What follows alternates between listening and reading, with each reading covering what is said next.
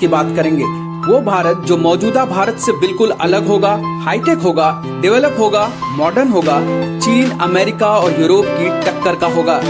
भारत 2047 की कहानी हम आपको आज इसलिए दिखा रहे हैं क्योंकि हमारे पास मोदी सरकार के प्लान 2047 को लेकर कई खास जानकारी मौजूद है। देखिए, भारत 2047 का मतलब है विकसित भारत। साल 1947 में भारत आजाद हुआ। आजादी के 100 साल बाद यानी 2047 तक विकसित राष्ट्र बन जाएगा, ऐसा दावा और वादा प्रधानमंत्री नरेंद्र मोदी का है। ये वो भारत होगा जिसका सपना नेहरू, इंदिरा, अटल और मनमोहन सिंह ने भी देखा था और अपने तरीके से देश के विकास के लिए योगदान भी दिया। लेकिन इसे पूरा करने का प्लान नरेंद्र मोदी ने बनाया है। 15 अगस्त 2023 को जब प्रधानमंत्री नरेंद्र मोदी लाल किला से भाषण दे रहे थे तो उन्होंने कहा था 2047 तक भारत विकसित राष्ट्रों की कतार में खड़ा होगा। द ड्राफ्ट का आज का वीडियो इसी विषय पर है और हमारा पहला सवाल है कि भारत विकसित देश बन सकता है या फिर ये एक सपना मात्र है। 2047 तक भारत अमेरिका की तरह विकसित कैसे होगा? भारत को विकसित देश बनाने के लिए सरकार क्या क्या कर रही है? विकसित भारत की राह में सबसे बड़ी रुकावट क्या है? एक एक कर सारे सवालों के जवाब मिलेंगे। लेकिन अगर अब तक आपने हमारे चैनल को सब्सक्राइब नहीं किया है तो तुरंत कर लीजिए, जिससे हमारे वीडियो सबसे पहले आपको मिला करें। अब आते हैं आज के पहले सवाल पर, क्या भारत विकसित देश बन सकता है या फिर ये एक सपना है? जवाब है, भारत को विकसित बनाना एक सपना है जो पूरा हो सकता है। इस पर शक करने का कोई कारण नहीं है। अब अगला सवाल ये है कि भारत विकसित राष्ट्र बनेगा कैसे? 2047 तक अमेरिका की तरह विकसित कैसे बनेंगे हम? इसके लिए भारत को अगले 24 वर्षों तक हर वर्ष 8% या उससे तेज गति से विकास करना होगा। पिछले 5 वर्षों को देखें तो 2019-20 में भारत की विकास दर 3.87% थी। 2020-21 में -6.60% रही।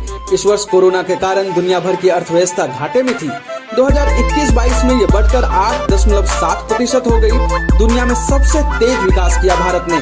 2022-23 में ये 7% रही, ये भी दुनिया में सबसे तेज थी। जबकि 2023-24 में भारत की विकास दर 6.8% रहने का अनुमान है, यानी हम टारगेट से पीछे हैं। विकसित होने के लिए 8% की विकास दर हर वर्ष चाहिए।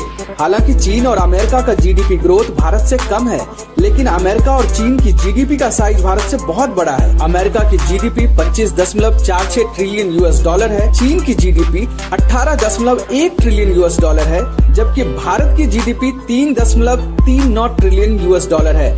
यानी अमेरिका की इकोनॉमी हमसे 7.51 गुना बड़ी और चीन की 5.33 गुना बड़ी है। ऐसे में सवाल है कि भारत चीन और अमेरिका को कैसे टक्कर देगा, कैसे इन देशों की तरह अमीर बनेगा?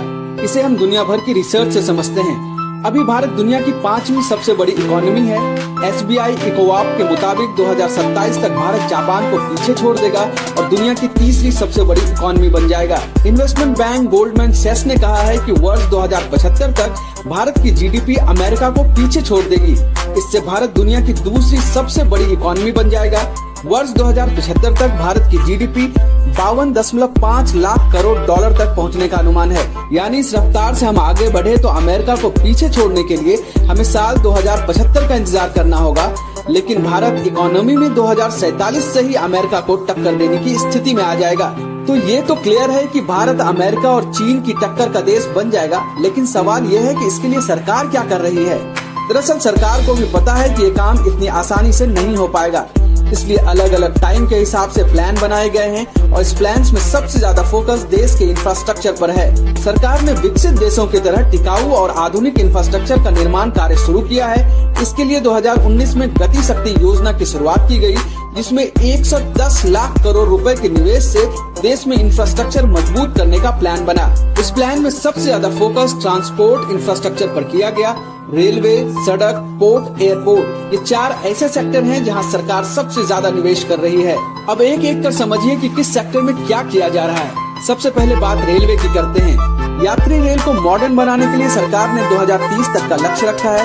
जिसमें bullet train, Vande Bharat train, नमो भारत ट्रेन और अमृत भारत रेलवे स्टेशन योजना बनाई गई है। रेलवे की कोशिश है कि 2027 तक मुंबई अहमदाबाद के बीच देश की पहली बुलेट ट्रेन चलने लगे। 2027 तक सरकार देश में 400 semi high speed Vande Bharat train चलाने का भी लक्ष्य रखती है। 2030 तक दिल्ली के आसपास के 5 शहरों को नमो भारत ट्रेन से जोड़ने की योजना है। फिलहाल नमो भारत के दिल्ली मेरठ रूट का एक सेक्शन शुरू हुआ है। सिर्फ ट्रेन ही नहीं, सरकार का ध्यान रेलवे स्टेशन पर भी है। सरकार देश के 1309 रेलवे स्टेशन को डेवलप कर रही है। इसके लिए अमृत भारत योजना शुरू की गई है।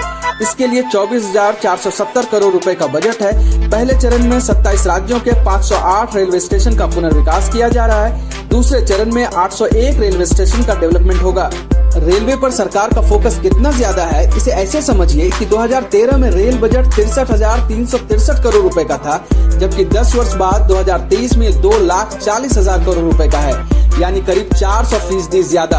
रेल को भारत की लाइफलाइन मानी जाती है और अब इसे इस तरह से अत्याधुनिक बनाया जा रहा है, इसे लोग भारत को विकसित बनाने वाली लाइन भी कहने लगेंगे। रेल यात्री के अलावा सरकार रेलवे के फ्रेट कॉरिडोर पर भी काम कर रही है। फिलहाल देश में 2 फ्रेट कॉरिडोर पर काम चल रहा है। पहला 1839 किलोमीटर का ईस्टर्न डेडिकेटेड फ्रेट कॉरिडोर है, जिसका करीब 1337 किलोमीटर का हिस्सा पूरा हो चुका है, और 1504 किलोमीटर का वेस्टर्न डेडिकेटेड फ्रेट कॉरिडोर है। इन दोनों फ्रेट कॉरिडोर के शुरू होने से भारत में माल ढुलाई सस्ती होगी, जिससे लॉजिस्टिक कॉस्ट कम हो जाएगा। हमने इस पर एक डिटेल वीडियो बनाया है, आप वो हमारे चैनल पर देख सकते हैं। इससे आपकी जानकारी बढ़ेगी। रेलवे के बाद अब रोड नेटवर्क की बात करते हैं। किसी भी देश के विकास के लिए सड़क नेटवर्क का अच्छा होना बहुत जरूरी है। भारत सड़कों का जाल बिछाने में कितना सीरियस है, कितना काम हो रहा है, इसे ऐसे समझिए कि भारत में पिछले 9 वर्षों में जितने हाईवे और एक्सप्रेसवे बने हैं, उतने तो आजादी के बाद किसी सरकार में नहीं बने थे। वर्ष 2014-15 में देश में नेशनल हाईवे 91,000 किलोमीटर के करीब था। बीते 9 वर्षों में 50,000 किलोमीटर नेशनल हाईवे का निर्माण किया गया, जिससे ये आंकड़ा 1,45,000 किलोमीटर तक पहुंच गया है। सिर्फ नेशनल हाईवे ही नहीं, बल्कि ग्रामीण सड़क संपर्क की 53,000 किलोमीटर की सड़कें भी बनी हैं। इसके अलावा देश में करीब 30 एक्सप्रेसवे का निर्माण हो रहा है या निर्माण पूरा हो चुका है। देश में एक्सप्रेसवे के निर्माण की गति प्रतिदिन 37 किलोमीटर तक पहुंच चुकी है, जो अपने आप में एक रिकॉर्ड है। भारत ने पिछले 9 वर्षों में इतनी सड़कें बना दी हैं कि सड़क नेटवर्क के मामले में अमेरिका के बाद भारत दूसरे नंबर पर पहुंच चुका है। यही नहीं, दुनिया के सबसे बड़े एक्सप्रेसवे में से एक दिल्ली मुंबई के कई सेक्शन पूरे हो चुके हैं। अगले वर्ष तक 1350 किलोमीटर लंबे दिल्ली मुंबई एक्सप्रेसवे को पूरा करने का लक्ष्य है। सिर्फ इतना ही नहीं, अब यूरोपियन देशों की तरह भारत में भी इलेक्ट्रिक हाईवे बन रहा है, जिस पर बिजली से चलने वाले ट्रक और बसें 100 किलोमीटर प्रति घंटे की रफ्तार से चलेंगी। रोड नेटवर्क के बाद अब एयरपोर्ट की बात करते हैं।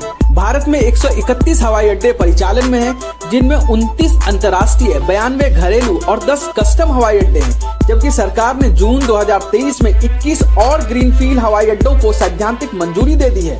सरकार ने 2020 में टारगेट सेट किया था। तय लक्ष्य के मुताबिक 2024 तक देश में 100 नए एयरपोर्ट बनाने थे। इसमें काफी हद तक सरकार को सफलता मिली है। अब सरकार की कोशिश है कि देश के अंदर 1000 एयर रूट्स हों। अगर सरकार ऐसा करने में कामयाब रही तो इसे एविएशन सेक्टर में बड़ी क्रांति की तरह देखा जाएगा। भारत एविएशन सेक्टर में कैसे आगे बढ़ रहा है, इसे ऐसे भी समझ सकते हैं कि 2029-30 तक 35 करोड़ घरेलू और 16 करोड़ अंतर्राष्ट्रीय हवाई यात्रियों के उड़ान भरने की संभावना है। इसी वर्ष भारत की 2 विमान कंपनियों ने विमान के लिए सबसे बड़े ऑर्डर दिए। इंडिगो ने इतिहास का सबसे बड़ा 500 हवाई जहाज का ऑर्डर दिया। कंपनी अगले 10 सालों में 1000 और नए विमानों को अपनी फ्लीट में शामिल करेगी, जबकि एयर इंडिया ने $70 अरब में 470 एयरबस और बोइंग विमानों के ऑर्डर दिए हैं। सोचिए, जो एयर इंडिया पिछले वर्ष तक घाटे में थी, अब वो एक साथ इतने विमानों का ऑर्डर दे रही है। एयरपोर्ट के बाद अब पोर्ट की बात करते हैं। भारत दुनिया का मैन्युफैक्चरिंग हब बनना चाहता है, दुनिया का निर्यात सेंटर बनना चाहता है, और इसके लिए जरूरी है कि उसके पास उन देशों तक माल पहुंचाने के लिए अच्छे पोर्ट्स हों। वैसे भारत में अभी 7500 किलोमीटर लंबी तटरेखा के साथ 12 बड़े पोर्ट्स और 200 से ज्यादा छोटे पोर्ट्स हैं। महाराष्ट्र के वधावन में देश का 13वां विशाल पोर्ट बन रहा है। फिलहाल महाराष्ट्र में 48, गुजरात में 42, केरल में 17, तमिलनाडु में 15 और कर्नाटक में 10 पोर्ट्स हैं। सागरमाला परियोजना के तहत स्वतंत्र भारत के 100 वर्ष पूरे होने पर समुद्र तट के पास पोर्ट की सीरीज बनाने की तैयारी है। सरकार की योजना है कि आधुनिक जल मार्गों के जरिए अर्थव्यवस्था में लॉजिस्टिक की लागत को 14% से घटाकर 10% किया जाए। अगर भारत ऐसा कर पाया तो अमेरिका और चीन की टक्कर में आ जाएगा। वहाँ भी लॉजिस्टिक की लागत 8% से 10% है। इससे उनका सामान सस्ता और भारत का महंगा हो जाता है। हालांकि विकसित राष्ट्र बनने की इन कोशिशों के बीच कभी महामारी तो कभी युद्ध के खतरे भी हैं, लेकिन सरकार का फोकस क्लियर है। इसलिए बजट 2023-24 में बुनियादी ढांचे के विकास के लिए 10 लाख करोड़ रुपए खर्च करने का टारगेट है। ये कुल जीडीपी का 3.3% है। लद्दाख की ऊंचाई वाले क्षेत्र में रेलवे लाइन, ब्रह्मपुत्र नदी के नीचे रेल सुरंग, मुंबई और अहमदाबाद के बीच बुलेट ट्रेन परियोजना, अरुणाचल फ्रंटियर हाईवे और Mumbai trans harbour link bridge कुछ महत्वाकांक्षी परियोजनाएं ऐसे हैं जिस पर काम चल रहे हैं। इसके अलावा देश भर में कई पनबिजली बांध, हाई स्पीड ट्रेन, बिजली परियोजना, नदी नेविगेशन परियोजना, सौर ऊर्जा केंद्र और मेट्रो रेल परियोजना चल रही है। यानी जो कहानी मैंने आपको बताई वो तो ट्रेलर मात्र है। अभी तो सिर्फ विकसित भारत की नींव तैयार हो रही है, असली पिक्चर बाकी है। अगर आपको हमारा ये वीडियो अच्छा लगा, वीडियो में दी गई जानकारी अच्छी लगी तो लाइक कीजिए, शेयर कीजिए, कमेंट जरूर कीजिए और हमारे चैनल को सब्सक्राइब करना बिल्कुल मत भूलिए।